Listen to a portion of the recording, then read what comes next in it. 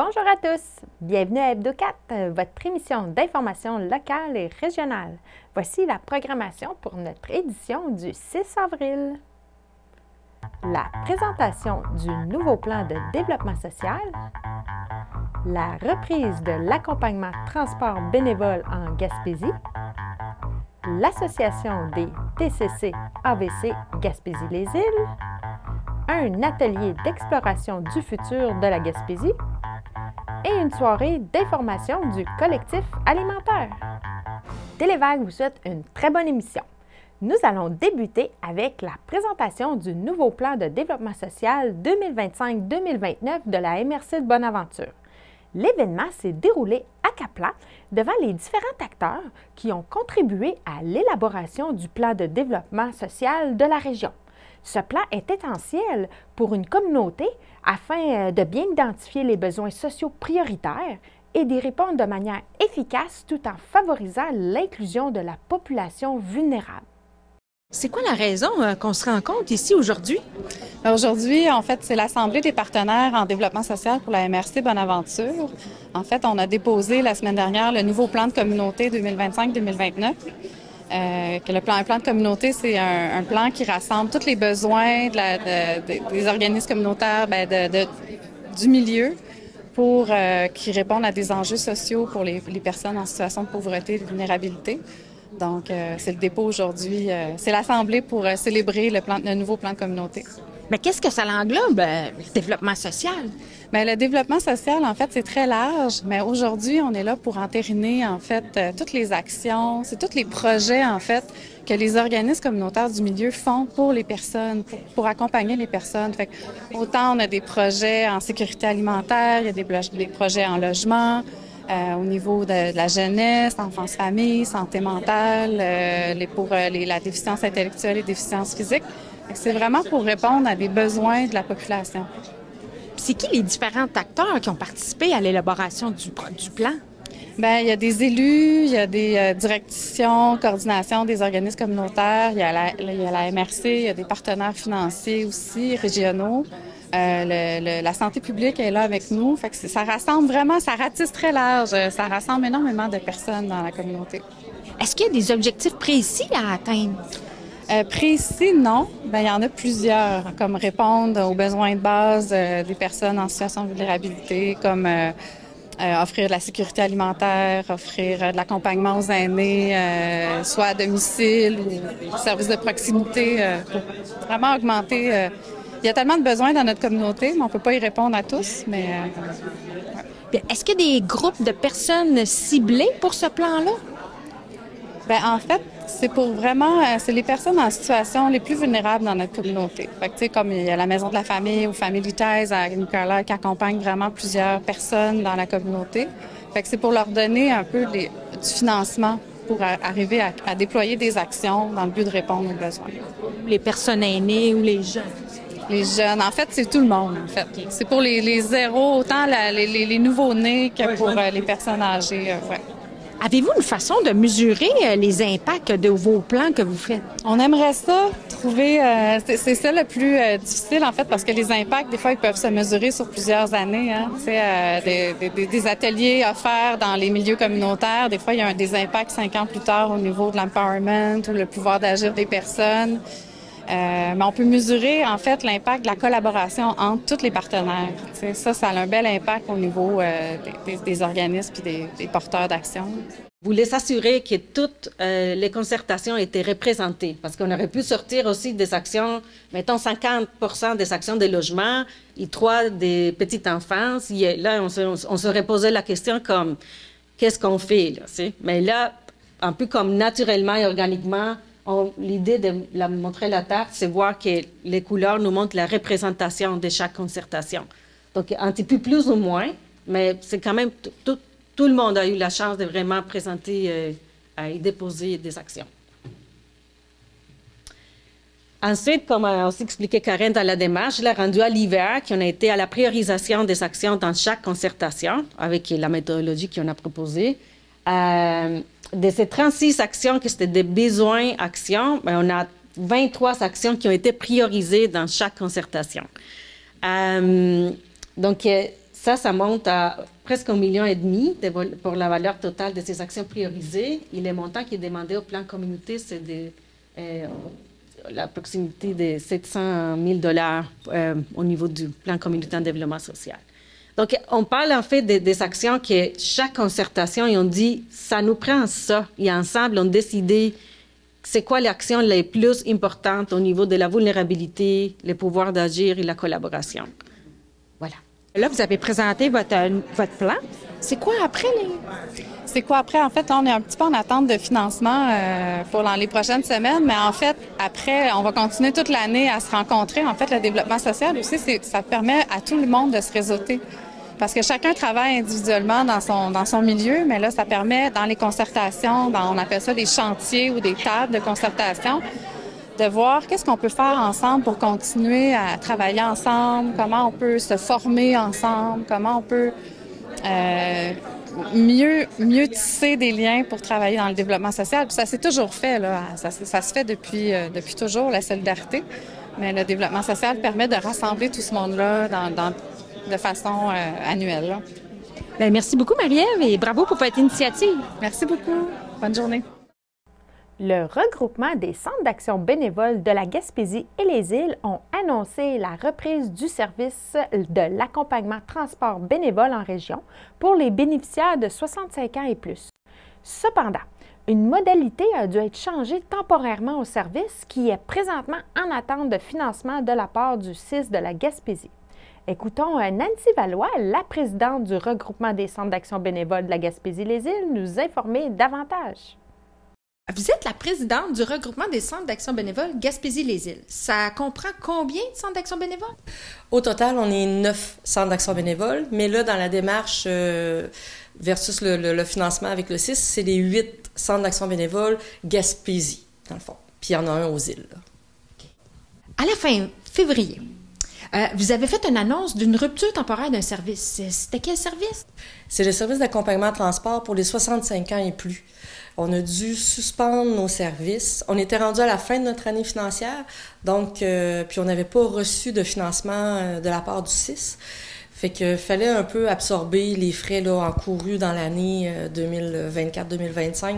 Fait que c'est pour ça qu'on avait pris malheureusement cette décision-là pour nous donner un petit souffle là, au niveau de notre financement. Bien, il y a un montant qui avait été mis sur la table, mais là, il existe là, on n'en parle plus de ce montant-là, avec les nouvelles mesures. Puis c'est pour ça qu'on a mis de côté l'année 2024-2025, parce que tous les centres d'action bénévole, leur année financière débute au 1er avril 2025. Donc, c'est pour ça qu'on a eu une belle rencontre vendredi dernier avec le CISC, qui malheureusement n'a pas pu s'engager au niveau du financement, étant donné que le budget est sorti mardi dernier. Donc, attendre des nouvelles là, de Santé Québec pour que ça redescende à eux pour voir comment ils vont organiser ça. Fait qu'on devrait avoir des rencontres sous peu avec le CIS. On est confiants, en espérant que nos députés vont pouvoir monter à d'autres instances des besoins criants qu'on a en Gaspésie, parce que la problématique du transport, ça fait partie des choses importantes à traiter en Gaspésie. Le 1er avril, aujourd'hui, là, vous avez recommencé ce service-là. Mais est-ce qu'il y a des changements? Oui, on n'a pas eu le choix. C'est une mesure temporaire qu'on a mise sur place. Le service est repris à 100%. Cependant, la part de la contribution des bénéficiaires n'est plus de 50%. Pour vous donner un exemple concret, ce qui veut dire une personne qui a un déplacement de 200 km à 54 sous, bien, à 50% payait 54 $.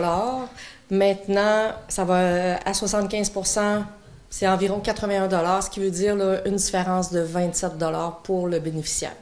Je le sais, c'est pas dans l'idéal. C'est pour ça qu'on précise que c'est une mesure temporaire en attendant de voir ce qu'on peut avoir par rapport au financement avec le CIS. Ça implique combien de transports, accompagnement bénévole? Bien, juste pour notre câble, c'est au-dessus de 1000 à 1100 transports par année. Fait que juste de l'année passée à cette année, on a vu une augmentation de 29% d'augmentation des demandes de services. Donc, c'est un service qui est vraiment bien structuré, qui est dans les centres d'action bénévole depuis des années, sauf que le financement manque, malheureusement. Fait que c'est pour ça là, qu'on espère qu'on puisse avoir le financement adéquat pour continuer ce service-là. Parce que le CIS est honnête avec nous, ils savent que le service est essentiel, puis nécessaire, puis qui enlève une charge aussi, puis s'assure que notre communauté puisse aller consulter puis voir des bonnes ressources, là. Est-ce que vous pensez peut-être, s'il n'y a pas de financement, de faire une restructuration qui serait admissible? Ou... On ne veut pas se rendre là. On veut vraiment préserver ce service-là comme il a été créé parce qu'il fonctionne merveilleusement bien. Donc, on ne veut pas en venir à être obligé de retourner dans des critères d'admissibilité. Cependant, on va rester réaliste. On ne peut pas être en déficit année après année pour offrir un service. Recevoir un traumatisme au cerveau, ça ne pardonne pas toujours. Il faut du temps, de la patience et de la détermination pour surmonter les défis qui en découlent. C'est à partir de ce moment-là que l'Association des TCC AVC Gaspésie-les-Îles peut vous venir en aide. Joanie Poirier, intervenante à l'organisme, nous renseigne sur les services offerts et les programmes disponibles pour les membres de la communauté. Joanie, pour quel organisme tu travailles? Je travaille pour l'Association des TCC AVC Gaspésie de la Madeleine. Qu'est-ce que ça veut dire, TCC, AVC?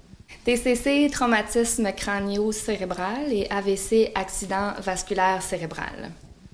Qu'est-ce qui se passe dans notre tête quand on fait un AVC? Quand on fait un AVC, en fait, c'est que c'est un manque de circulation sanguine, un manque de sang au cerveau. Fait que ça peut être soit un caillot qui se forme puis qui empêche le sang de circuler au cerveau, ou ça peut être une hémorragie, donc un vaisseau qui éclate. Puis à ce moment-là, il y a une problématique au cerveau, puis ça peut découler avec beaucoup de séquelles. Qu'est-ce qui arrive dans notre cerveau lorsqu'on a un traumatisme crânio-cérébral? Quand on a un TCC, un traumatisme crânien, c'est que le cerveau a un choc assez grand pour avoir des séquelles. Un TCC, là, ça peut être subtil, ça peut prendre du temps avant qu'on voit des séquelles, ça se peut-tu? Oui, ça peut être difficile à déceler au début, surtout quand on parle de TCC léger, parce qu'il y a des traumatismes crâniens légers, modérés, sévères. Puis souvent, les légers, les gens y attendent un petit peu avant de consulter, ils savent pas trop, j'ai mal à la tête, je suis étourdie, je suis fatiguée, je manque de concentration. Donc, ça peut être des symptômes de TCC léger. Donc, faut pas hésiter à aller consulter à l'urgence si on a un choc à la tête qui est assez important puis qu'on sent qu'on file pas bien après, là. Votre organisme, là, ça fait-tu longtemps qu'il existe en Gaspésie? Oui, en fait, on existe depuis 1993, puis on couvre le territoire de la Gaspésie et des îles de la Madeleine. Notre siège social est à Maria, puis on couvre là, Bonaventure, Avignon, les 2 MRC pour notre siège social. Ensuite, on a un point de service à Chandler, un à Gaspé, un à Saint-Anne-des-Monts et un aux îles de la Madeleine. Dis-moi donc, pourquoi tu as un œuf dans votre logo? Oui, notre logo, c'est un œuf avec un petit éclair, là, parce qu'on voit qu'il s'est passé quelque chose au cerveau. Donc, l'œuf représente notre cerveau. Une fois que l'œuf est brisé, c'est difficile de le réparer. Donc, c'est une petite comparaison là, à notre tête. Quel genre de service vous pouvez offrir à la population? Nous, on informe, on soutient les personnes qui ont été victimes d'un TCC ou d'un AVC et leurs proches.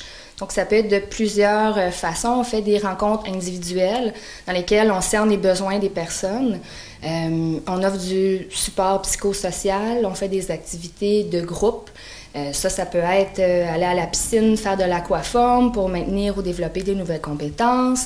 Ça peut être des activités d'art-thérapie, de bricolage, des marches du plein air. Donc, on va vraiment aller travailler un peu tout avec notre monde. Ensuite, on soutient les gens dans leurs démarches administratives, démarches médicales, démarches juridiques. Des fois, ils ont des questionnements dans les formulaires qu'ils ont à remplir, soit avec la SAC ou la CNESST après des accidents. Donc, on va aller les aider là-dedans. On va défendre leurs droits. Certaines personnes ont eu des droits brimés, donc on va être là pour les aider, les accompagner là-dedans. On fait du support aux proches aidants aussi. On donne du répit aux proches aidants. On a des journées à chaque mois où on prend nos personnes toute la journée pour des activités. Pendant ce temps-là, les proches aidants peuvent se reposer. Parle-moi donc un peu du beau mur là, avec les corps de tes membres. Oui, on a un mur là à l'accueil de notre bureau. C'est une activité d'art-thérapie qu'on a faite. C'est un peu sombre parfois, le résultat, puis c'était voulu. C'était un endroit vraiment pour qu'ils puissent s'exprimer sur l'accident qu'ils ont vécu, soit leur traumatisme crânien, leur AVC. Donc, qu'est-ce qui s'est passé dans leur tête, dans leur cœur, dans leur cerveau? Et on avait l'occasion là, vraiment de le mettre par peinture. Donc, ça donne des résultats assez intéressants. C'est quoi les défis d'avoir eu un traumatisme? Bien, autant au niveau des AVC que des TCC, donc c'est un problème qui est arrivé au cerveau, puis les séquelles peuvent être nombreuses et vraiment variées. Souvent, avec un TCC léger, on voit des difficultés de concentration, on voit des maux de tête, difficultés d'organisation ou de sociabilisation, une grande fatigabilité. C'est d'autres des symptômes qui reviennent. Puis quand les gens ont eu un traumatisme crânien plus grave, donc modéré ou sévère, ou parfois aussi des résultats d'un AVC, bien là, il y a des gens qui vont avoir une paralysie d'un côté, qui vont avoir des difficultés de langage, des personnes qui ont eu des réadaptations à faire, parfois pendant des semaines, des mois, donc devoir réapprendre à parler, à marcher, à manger. C'est toutes des choses qui peuvent arriver là, après un choc à la tête ou après un AVC. Pour terminer, j'aimerais dire aux gens de ne pas hésiter à nous contacter. Donc, l'association TCC AVC, on est ici à Maria, on couvre la Gaspésie, les îles de la Madeleine. Donc, si vous avez des questions par rapport à vous, un accident qui vous est arrivé, un AVC, ou par rapport à un de vos proches, donc n'hésitez pas à nous contacter. On est là pour vous, pour la communauté. C'est la force d'un organisme communautaire de soutenir sa communauté. Un atelier d'exploration du futur de la Gaspésie en 2050. C'est ce que nous propose Collectivité Zen Gaspésie, une initiative qui est offerte dans l'ensemble de notre territoire au cours des prochains mois dans le but de recueillir vos précieuses idées et suggestions pour bâtir un avenir où notre environnement sera non seulement meilleur, mais également durable pour les générations à venir. Bonjour Ariel! Bonjour! En quoi ça consiste la collectivité Zen Gaspésie?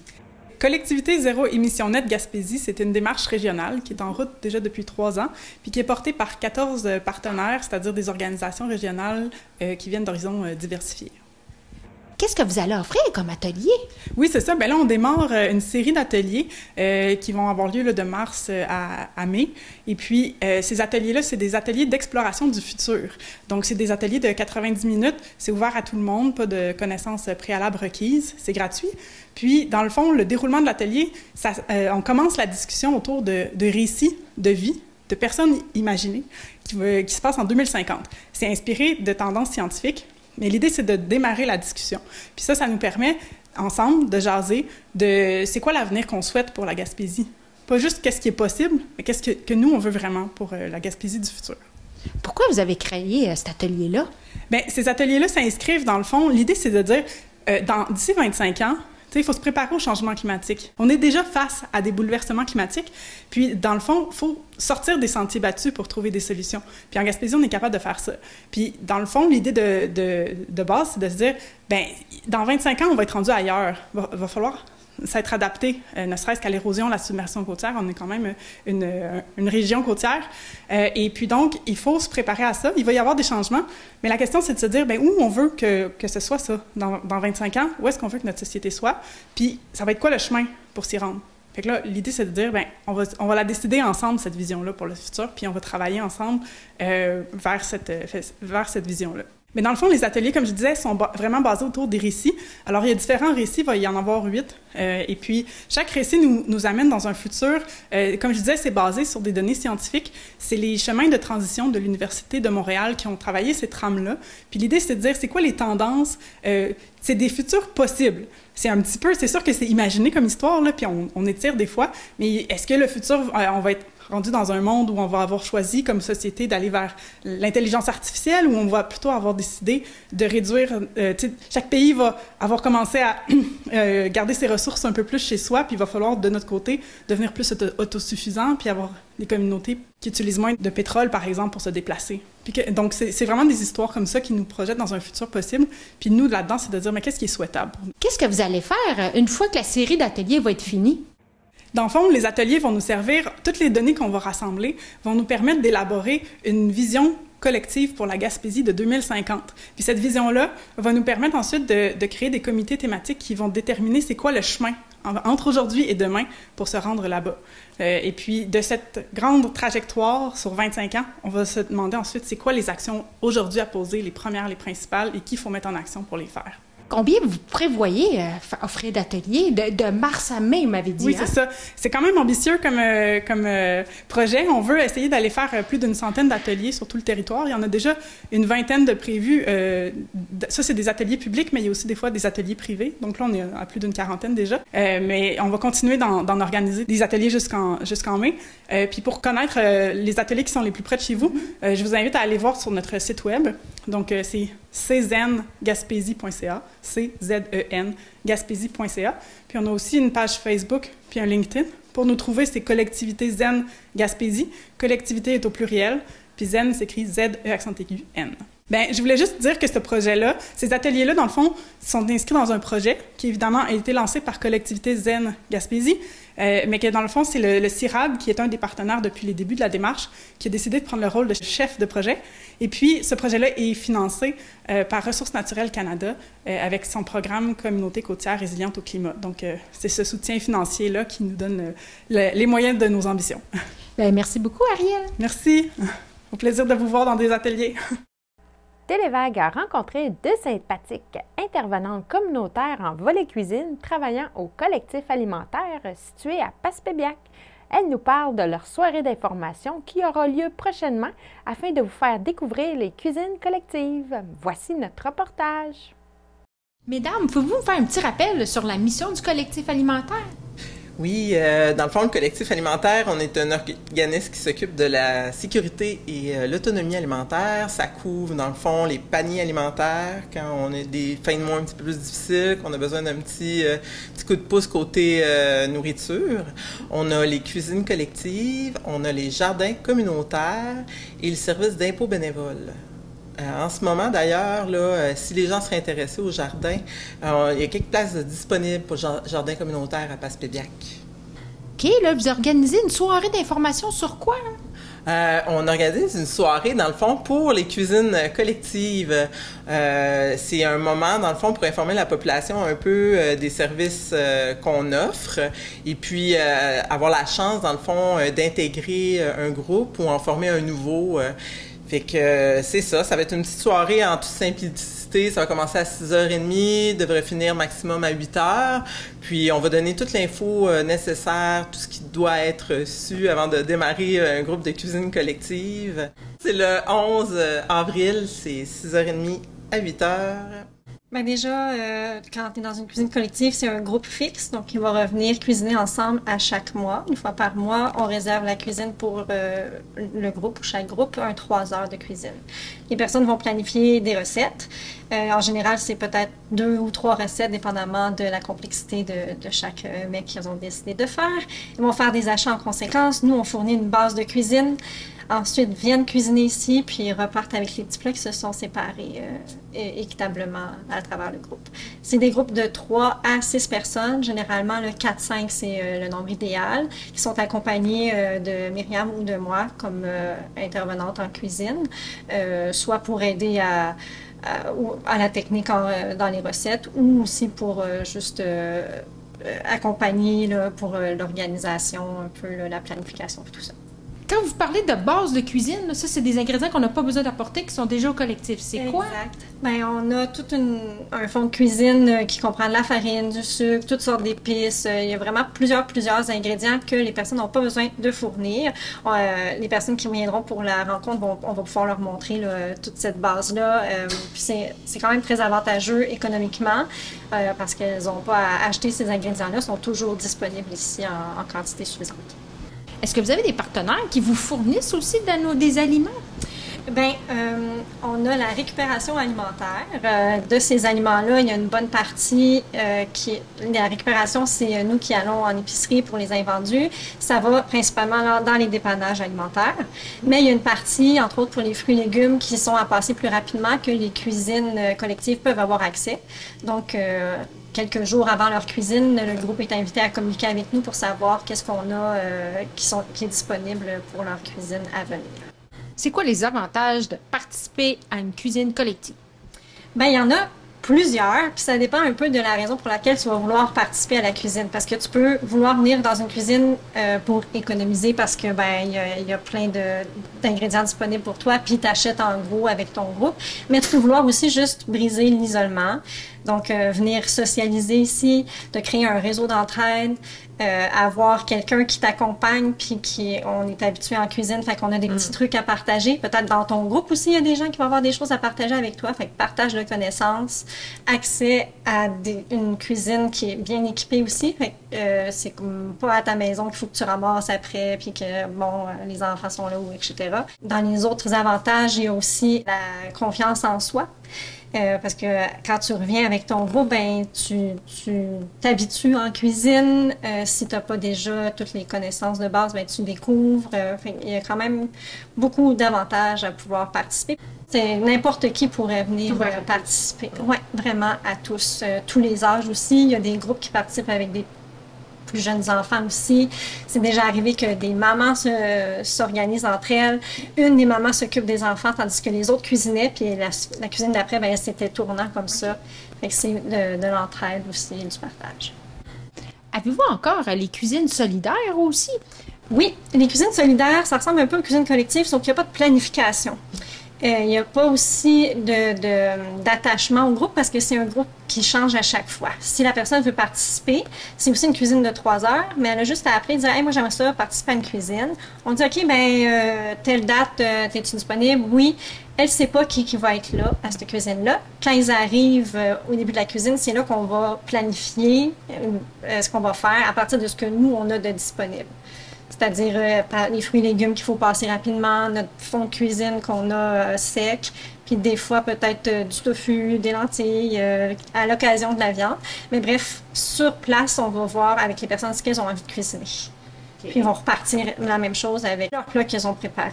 L'événement du 11, c'est vraiment bienvenu pour tout le monde. Hein? Tout le monde peut participer à des groupes de cuisine collective. Donc, si vous êtes juste curieux, puis ça vous tente d'en connaître plus, puis de voir si c'est quelque chose qui serait pour vous, dans le fond, ben vous pouvez venir, dans le fond, à cette soirée-là, le 11, puis nous, ça va nous faire plaisir de vous rencontrer, jaser un petit peu avec vous, voir c'est quoi vous avez le goût de cuisiner, quel genre de groupe vous aimeriez avoir, et si tout simplement ça fit avec vous autres, ben on est là pour ça, puis on va vous informer, puis vous accueillir ici. Ceci conclut notre édition d'Hebdo4 du 6 avril. Merci beaucoup pour votre écoute et rendez-vous la semaine prochaine pour une nouvelle émission d'information locale et régionale. Passez une bonne semaine!